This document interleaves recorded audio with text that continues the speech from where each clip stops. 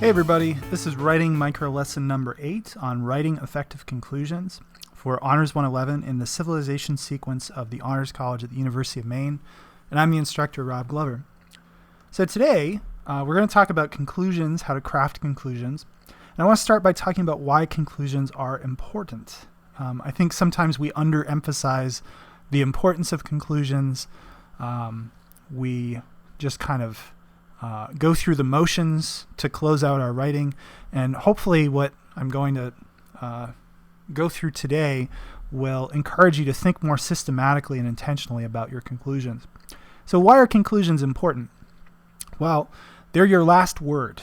They're the last thing that you're going to say to the reader. So you should devote just as much, if not more, attention to them than whether or not an argument makes sense, whether or not the thesis statement is clear, because this is literally the last thing that the reader is going to read. So it's what they're going to walk away from that paper or that piece of writing remembering. So you want to try to finish strong, right? And craft something in a conclusion that really resonates with your reader. They're also an opportunity for synthesis. So in the introduction, you're just contextualizing a topic or an idea for your reader, right? You're exposing them to new things they might not be aware of. Whereas with the conclusion, your reader has now worked through the entirety of your argument, and you can engage in something slightly more sophisticated at the close, pulling together lots of disparate ideas. And it shouldn't just be summary. It shouldn't just be, a kind of sequential, here's what I said, here's what I said, here's what I said, but something more kind of comprehensive that pulls it all together. And lastly, I'd say that conclusions are an area in which you have tremendous freedom in relation to the rest of the essay. So if you're trying to support a point, right, you have your main idea, and then you have to provide evidence or argumentation as to why the reader should believe that main idea. But at the conclusion, really, you have a lot of freedom in terms of what does that last section of writing look like? How can I really try to have an impact and some resonance with my reader? And so there's lots of different ways you can do that, and we're going to provide some suggestions or some thoughts about how you could do it. But just remember that it's like the conclusion is where talented writers can do really interesting things to have an impact on their reader. So how can we be more intentional in this really, really important area of our writing? Well, as I've done with some of these other skills, I'm going to talk about what to avoid. And I'm also going to lay out some best practices, some things that I think are good ideas and could be useful in your writing. So the first thing I would say, avoid using constructions like in conclusion or in summary or to close. Your reader knows that you're wrapping up, right? They either have that writing on the screen in front of them or they have it on paper in front of them. And they're going to know that this thing's going to end pretty soon. In conclusion, that phrase is really useful if you're giving a speech because the person sitting in the audience doesn't know when you're going to stop talking. But for a piece of writing, it's just not necessary. And it can actually be kind of a marker or a hint that you're not dealing with a mature, seasoned writer, right? So you want to kind of jettison that out of your writing. You also want to avoid simply repeating or summarizing what's in your introduction or what's occurred in your paper, right? So if you're saying, in this paper, I argued A, then I argued B, then I argued C, that's problematic. Or if you're just simply restating in different language what's in your introduction, that's problematic. It's probably not the best strategy if you want your reader to walk away saying, wow, what a brilliant piece of writing. Also, sometimes I see at the close of a paper is where the apologies or the qualifications will set in. So someone will say, this is just my opinion. There's lots of different ideas on this question. I'm not an expert. And you start kind of walking back your own expertise as an author or as someone who is qualified to talk about this subject. And you don't need to do that. One, it's not a good rhetorical strategy.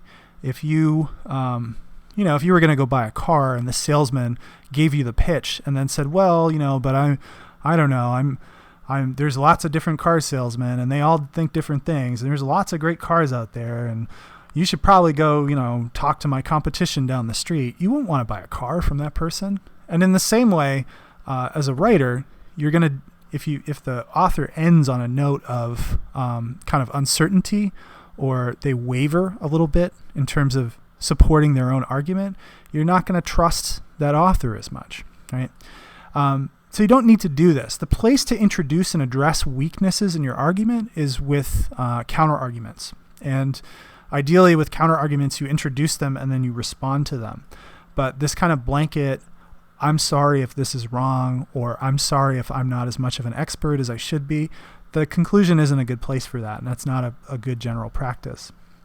Lastly, or second to last, the idea of introducing a new question or idea or subtopic in the conclusion is problematic, mainly because you don't have the space to defend it, to really articulate it clearly and then actually analyze it.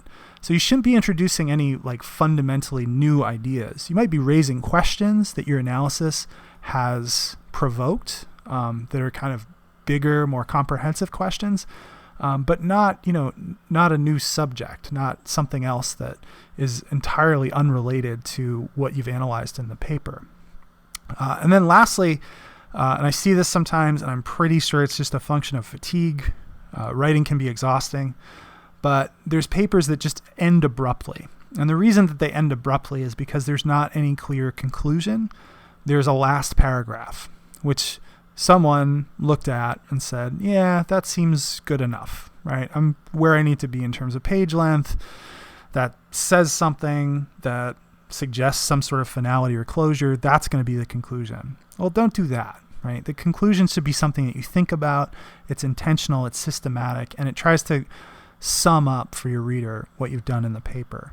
But don't just decide that the last paragraph that you've written, even if it's only focused on a small kind of subpoint of your larger argument, is good enough to be your conclusion. So if that's what to avoid, what should you strive for?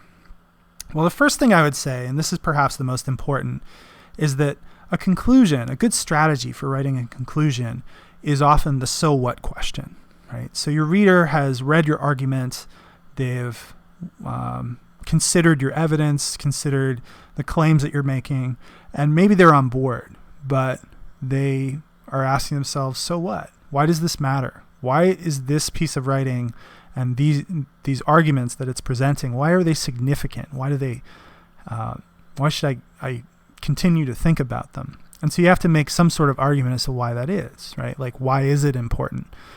Beyond simply that what I've demonstrated here is compelling, but why is it important for us to continue to think about it? You should also be very intentional in linking your conclusion to your thesis statement. So you should go back, look at your thesis statement, remind yourself of what that overarching argument is, and think about the conclusion in relation to the thesis statement. You can also use this space to synthesize, to make broad generalizations about the separate points contained in the body of your paper. Not simply restating them, not simply saying, on page 2 I argued this, on page 3 I argued this, and listing them in order, but really going more deeply to offer a statement of what you've done in the paper as a whole. This is a space in the paper in which you can utilize provocative questions, quotes, anecdotes, singular experiences that relate to the larger topic that you're dealing with. Or you can reference earlier ones, right? If you talked about, a specific character or a specific phenomenon earlier in the paper, you can return to it and, delve into that once more, kind of remind your reader of this specific thing that you mentioned in the paper as you move to close. Evoking vivid images, or perhaps even providing a warning, right? If you're talking about something like the environment or justice or discrimination, how we create, in-groups and out-groups, those sorts of timeless issues. Well, you can return to that in your conclusion and provide kind of a warning or evoke some either positive or negative image for your reader in relation to what you've argued in the paper. And lastly, you can universalize or generalize. So yes, you've probably, if you're writing a shorter paper, you've probably dealt with something that's relatively narrow in scope. But in the conclusion, it is acceptable for you to at least suggest ways in which that specific example relates to some larger thing, is an instance, is an example of some larger thing in society. And in that way, perhaps that's what resonates with your reader. That's what leaves them thinking about your points, because they can insert those claims, those ideas into some contemporary thing that's on their mind. All right. So what are some guidelines for effective conclusions? I'm going to distill all of those specific strategies that I gave you down to 3 things that you should think about as you're writing your conclusion. And these are the guidelines. These are the kind of criteria I'm going to be using this week to grade your writing assignments. So the first is continuity. It should link back to the thesis statement. Your conclusion should link back to the thesis statement, and it should link back to the body of the essay. It shouldn't be an entirely new direction. It should seem to flow logically from the entire argument that you've laid out. The second will be value added. It goes a step further. Value added in economics oftentimes refers to the value, usually use value, that is added to a product by doing something to it, right? So we take lithium and turn it into batteries. That has created a new value that the original raw material didn't have. Conclusion should be the same thing. It is providing a summation. It's providing some sort of closing statement for your reader, but it's doing something more than that. It's generalizing to broader points. It's warning. It's painting a picture. It's offering a call to action. It's saying, if you really care about this, then this is the way that you need to change your behavior. So what is the value added? That's something you should ask yourself. And then lastly, is it vivid and engaging? There's a lot of different ways to do this, but it needs to evoke something powerful. It can't simply be a restatement of the main points that you've made in the essay. It needs to somehow be something that actually engages your reader and is a little bit more aesthetically engaged, right? This is an area of the paper in which you're not stuck to some sort of regimented format, but you can be pretty creative and innovative in what you do here. So try to think about how to do that. And the suggestions I've given you on the best practices are ways in which you can do that. I want to close by giving you an example of a conclusion that I think is really good. And just as a general piece of advice, so I took this from a website called longform.org. Longform.org is an aggregator. They have all sorts of articles and essays written from a variety of different writers and a variety of different sources. They tend to be a little bit longer. They're usually 5,000 words, 10,000 words. And so there are these longer form essays that appear in magazines and in journalistic outlets online. But all of them are really, really good writing. And it's a showcase really for people that are very intentional and systematic in how they approach the craft of writing. They're really craftspeople. And so this I just pulled from a recent article on motherhood. The title of the article is "Motherhood is Hard to Get Wrong, So Why Do So Many Moms Feel So Bad About Themselves?" And it was in Time magazine. And the author, Claire Howarth, essentially, it was, again, a piece of about 10,000 words, but essentially she was making the case that motherhood has always had social expectations around it. Expectations of, the perfect mother, the ideal mother, how mothers were supposed to behave. But particularly in an era of social media and just constantly disseminating, pictures and videos and this kind of curated version of oneself in social media, those social expectations become really pervasive for new moms. And so they feel themselves struggling to live up to an ideal that's very, very hard to achieve. And perhaps they lose sight of the fact that when you see things on social media, you're only seeing the side of that experience that the person chose to share with you, right? So you get a very selective presentation of whatever it is that they're showing. Their romantic life, their role as a parent, whatever it might be, right? Even how they look, right? So that's the general kind of topic and what she's dealing with. And this conclusion happens at the end of about 9,000 words, 10,000 words, in which she's going through that general argument and also talking about the experiences of new mothers, how this has impacted them. So I'll just read the conclusion to you. She says, motherhood in the connected era doesn't have to be dominated by any myth. Social media can just as easily help celebrate our individual experience and create community through contrast. Moms have to stick together even as we walk our separate paths. We have to spot the templates and realize that there are no templates. We have to talk about our failures and realize that there are no failures. So that's kind of a powerful conclusion, right? It's rooted back to her general argument, right? Her general kind of thesis statement and what she's trying to convey throughout the entire piece. But it's also a call to action, right? She's saying to mothers that we have to support one another, right? And we have to recognize that there's no mythologized ideal of motherhood. There's no ideal mother. And we have to be open and honest about our failures, the ways in which we fail, so that we don't create these unrealistic expectations. So it's very much focused on reaching out to the people that are reading that piece and trying to get them to change their behavior. And as we said in the best practices, that's one strategy, right? It's kind of a call to action.